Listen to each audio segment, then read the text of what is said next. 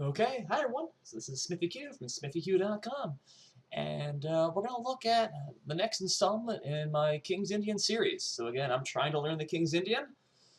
I've been studying it. Now let's try to put some of that study into action. So I've been playing games. I ended up, well, this is just, I won't spoil it. This is an incredible game. So here we got the starting position. My opponent plays Bishop G5.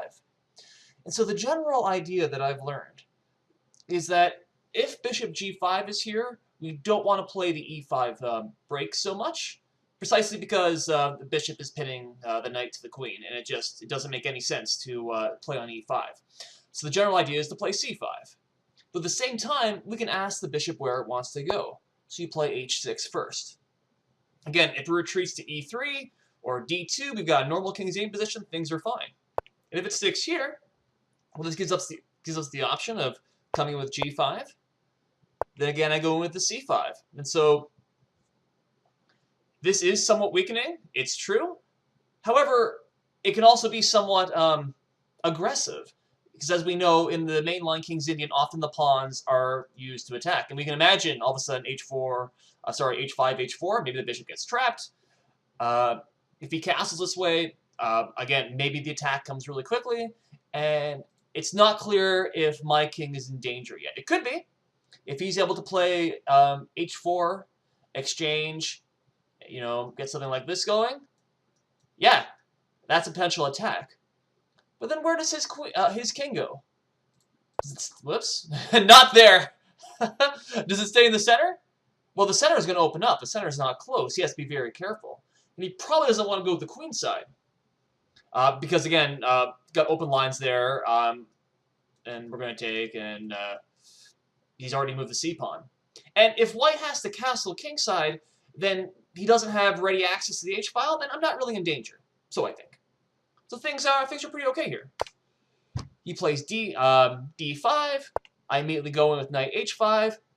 Just, threaten to take the bishop. Not right away, because if I take right away, again, that's going to open the h-file. And so I want to wait until he castles, and then I'm going to take. Bishop d3. I bring the queen out to a5. Okay.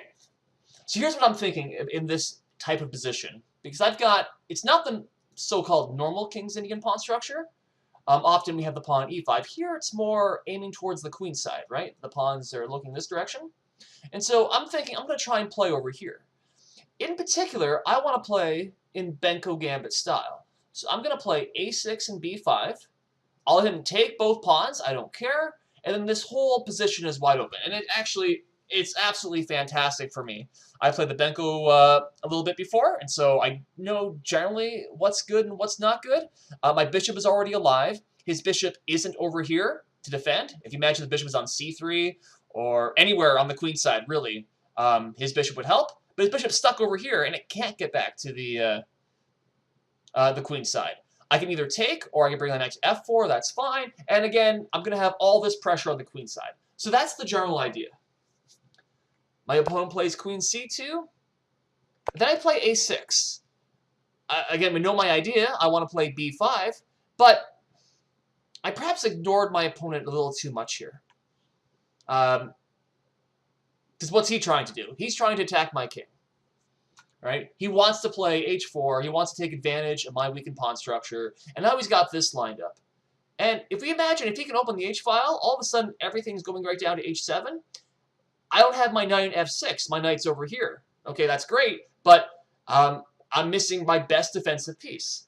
And so my king could be a little bit weak.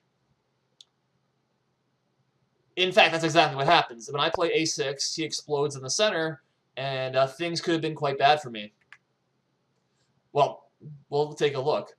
And so it makes sense before I go with this a6 move. Finish development. Like, this is what I tell people all the time when I do my beginner analysis, right? When I help those beginners and intermediates, I always harp, make sure you finish development. And this is something I didn't do here, is I was so focused on this Benko Gambit idea, is that I forgot, well, maybe I should just develop. It controls e5, maybe the knight's going to jump there, it makes e5 much less happy, and it's just good. And where else is this knight going to go? It's not going to go to a6, I want to put a pawn there, it can't go to c6, let's go to d7. Maybe I can even jump to f6 later to help with the defense. So this would have been a much smarter way to do it. And also, there's this advantage. If I play knight d7, okay, you can't play e5, so what's he going to do? If he castles, well then, great, I'm just going to take the bishop. He doesn't use the h-file anymore, and now my Benko Gambit play, oh yeah, that's just going to be very, very strong. And I've got complete control of the center. Everything's going well. This would have been a much better approach, right? And if he doesn't castle, which is, again, maybe what's he going to do? He's going to keep his king in the center? He doesn't want to play h4 immediately, right? Because I can play g4, or I can play bishop takes g3 first. And the center is going to be closed. He has a worse pawn structure. That's bad. Sorry, after 19. So what does he do? Again, castling queenside makes very little sense. Because, again, I'm going to be playing with this a6, b5. And now it's much stronger because I'm aiming not just at the queen side, but where his king's going to be. Does that make it the king side if the king's over here? Is it still the queen? Doesn't matter. So he doesn't want to castle. But what's he do? Like, if he makes a nothing move, again, I'm just going to keep doing my nothing moves, but my nothing moves make sense because I'm going to be going in with the queenside pressure. And he can't really do any. There isn't really any good waiting moves for him here. And so, in short, by playing a6, I really justify his play. I give him a chance to attack. He comes in with e5. I then blunder quite badly. I take, and then I'm fortunate that he plays king f1 here. I mean, we can see my idea, and in a blitz game, you know, you only analyze superficially, is that by taking the bishop and then taking this guy, is that I've temporarily won a pawn. Yay, that's great. The problem is, if we just look at this variation after bishop h7, king moves over, oh crap. Knight takes g5. And I can't take, because now the h-files open up, and after check, check, mate, I simply lose. If I don't take, okay, maybe I don't lose instantly, but white's attack is very, very fast, and all of a sudden my pieces look terrible. Right? So this did not go very well. And of course, this makes sense. My whole idea was not to take the bishop until he castled, and I took the bishop because I wanted to win a pawn. But that's not... Why am I worried about... He's attacking me in a blitz game. Holy crap. He plays king f1. He wants to unpin the knight. I develop, and actually my position is apparently so desperate that this natural move is considered a mistake by the computer, and white has a pretty dominant attack. And the only possible move, apparently, is rook d8 first, which potentially gives my king some running room. And when I play knight d7, it blocks the bishop from coming in, from controlling f5. And so with the knight here, we can just see how the light squares are so weak, potentially.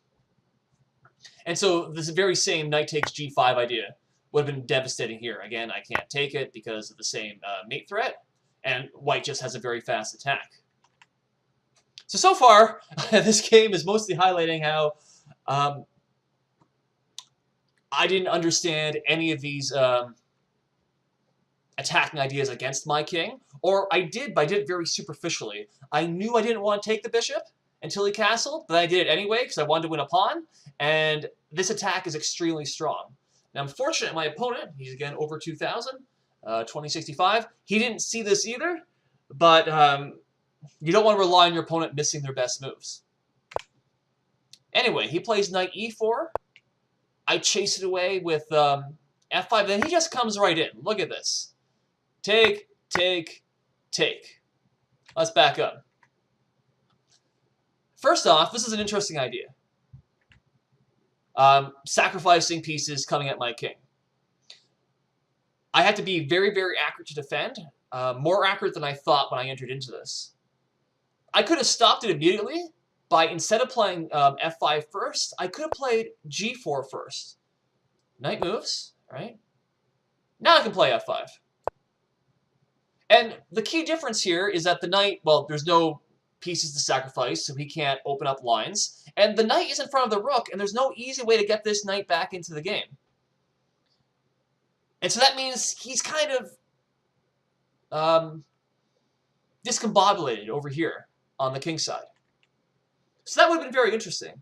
Instead, we got this f5. He takes. And then I recapture. Whoops. Playing e4 first was better. Again, keeping the h-file closed. Again, I'm going to win a piece regardless, but this is the better way of trying to win the piece. I took, and then he took. Bishop takes f5 would have won the game instantly. Pretty much, because I'm forced to sacrifice the exchange. And again, we can see how the knight blocking the bishop is so deadly. And it's a familiar threat of simply coming in here and then checking me and, oh crap, what do I do? We can see it, in fact, clearly if we look at the line after knight f6, bishop h7 check. Again, if I just, if I just go here, we get knight takes e5 and I'm dead. Whoops, that's not very good. If I try and run, well, it's actually mate in one, so that's not very good. And if I take it, he's going to take back. And we can see I'm not even up material anymore. So the attack is just absolutely devastating. And so it's the weakness of the light squares that really mattered. The open h-file, yes, but it's the weakness on the light squares. His bishop was simply too strong. I wasn't able to defend against that. He plays with knight takes g5 instead. And this is very interesting because e4, all right, look, he's going to sacrifice some more. Because in this position, there's only really one move that refutes white's attack. It's not knight f6, which is the move I played. It looks the most natural on the board, brings the knight in closer. Because after queen g6, and then we'll look at the game, he comes in, it looks like we're in huge trouble. The correct move that refutes white's attack would be rook takes f2. Because after he takes, I can come in with check, pick up the knight, and his attack is over. There's no more checks. I'm up too many pieces here at this point. Plus, his king is open. He's got danger. And so this would have saved the game. Or sorry, it would have refuted his attack. Knight f6, again, it gives them all these chances. Look at this. Oh, gosh, he's just coming in. I can't take the rook because after queen takes, that's simply mate. But he's also threatening mate here. And I can't block with the rook because he can just take it. And so it looks like white's attack is immediately winning. And I thought, do I just resign here? But then there's a fantastic resource, which is why I want to play the King's Indian, because you have to play moves like this. Queen takes f2. He takes. Then I take the rook with discovered check. He moves the king. And here, I should have taken the knight right away. Because after queen takes, I think I'm able to play rook f5. Chase him away around this way. The rook's going to come. Not that. The rook's going to slide over here and I'm going to coordinate very, very quickly. Instead, I played bishop g4, which is fine, but he's able to get the knight back in. I chase him around a little bit. Then I offer one more pawn. And because in this position, like, what is so crazy about this position is who knows what the heck is going on. The material imbalance is so ridiculous. So let's say he's got a queen, a rook, and a knight. Okay, so the knights cancel each other out. The rooks cancel each other out. And so that means I have a bishop, 2 bishops, and a rook for the queen. That's material advantage. Yay. Unfortunately, I only got 4 pawns to his 6. So material is practically equal at that point. Right? I think maybe I'm up a pawn. It's hard to say. It's ridiculous. Again, he's attacking my pawns, so pawns are going to drop off, but his king is in the center of the board. And after e6, especially when he takes it, the rooks slide over, everything's facing his king, and it's in fact black that has the initiative here. The bishops are raking across, like, what a fantastic position. Incredible. And the real unfortunate part is that it's a blitz game. We only have 30 seconds and 40 seconds left, and the game kind of peters out into a blunderfest from here. And it's not too interesting from our point because neither of us are really thinking. And in the end, I lose on time in the mad time scrum over 20 minutes. And so, if you just look at the end result of this game, as I'm not trying to say that I deserve to win this game, because I don't think that's true, I did think I was able to save a pretty poor position with some interesting and fantastic tactics, right? And in the end, we reached an extremely, if we just look right after this, even this position, boom, boom, it's extremely unclear. All three results are possible, and it's amazing. And this is why I want to play the King's Indian, because you're going to get games like this. This is like my, maybe my third or fourth King's Indian over the last, in 2019, basically. Everything I could have asked for, right? At the same time, all right, sure, there's fancy tactics, we want to relish that. It's the lessons that we learn. And so I played the opening fairly well, I thought. I chased him back, coming over here, and what's the lesson to learn from this game? The lesson is, finish development, is that even though it's the King's Indian, and the King's Indian sometimes has its own special rules, it seems, development is universal. You need to finish development. And I got playing this A6 on it, and we can even just look at how fishy this feels. All of my pieces are either on the back rank or on the very side of the board. Right? Knights in the rim are grim, and queens over there aren't much better. But look at him. Look how everything, is potentially aiming at very least through the center. And it makes perfect sense that this E5 unleashes a very strong attack on me. And we can see, when you study the King's Indian, you always study the black attacks, right? Because black usually attacks, but white can attack just as well in certain variations. And we saw, especially the weak. Look at these, look at the light squares, so devastatingly weak. The knight takes G5 idea. Maybe it wasn't sound. Okay, it wasn't sound, but it was a very interesting attack. And in fact, the only reason I was able to save this position was because I'm able to do my own tactics right back. Reaching a completely unclear position with everything to play for, which is great. And if even, half of my games are this interesting, holy cow, this is my opening for life. Unbelievable.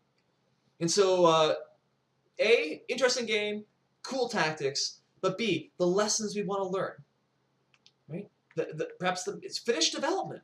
Okay, all my open ideas made sense, and playing in Benko Gambit in the middle game makes sense. But I need to finish development first, and I need to safeguard my king.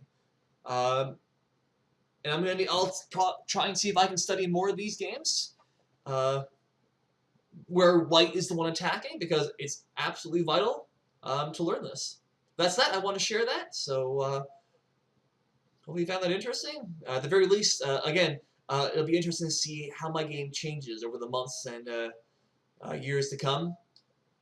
How my understanding is going to deepen. But this here are my first steps in the King's Indian. So, and so far I'm loving it. Even though I lost this game, and I could have lost it at many times during else, this is awesome chess, and I'm really excited. Anyways, that's that. SmithyQ, SmithyQ.com. You can check out my blog. Like, subscribe, all that is great. Hopefully I'll have more videos coming up soon. So thanks for watching. Thanks for listening. Bye for now.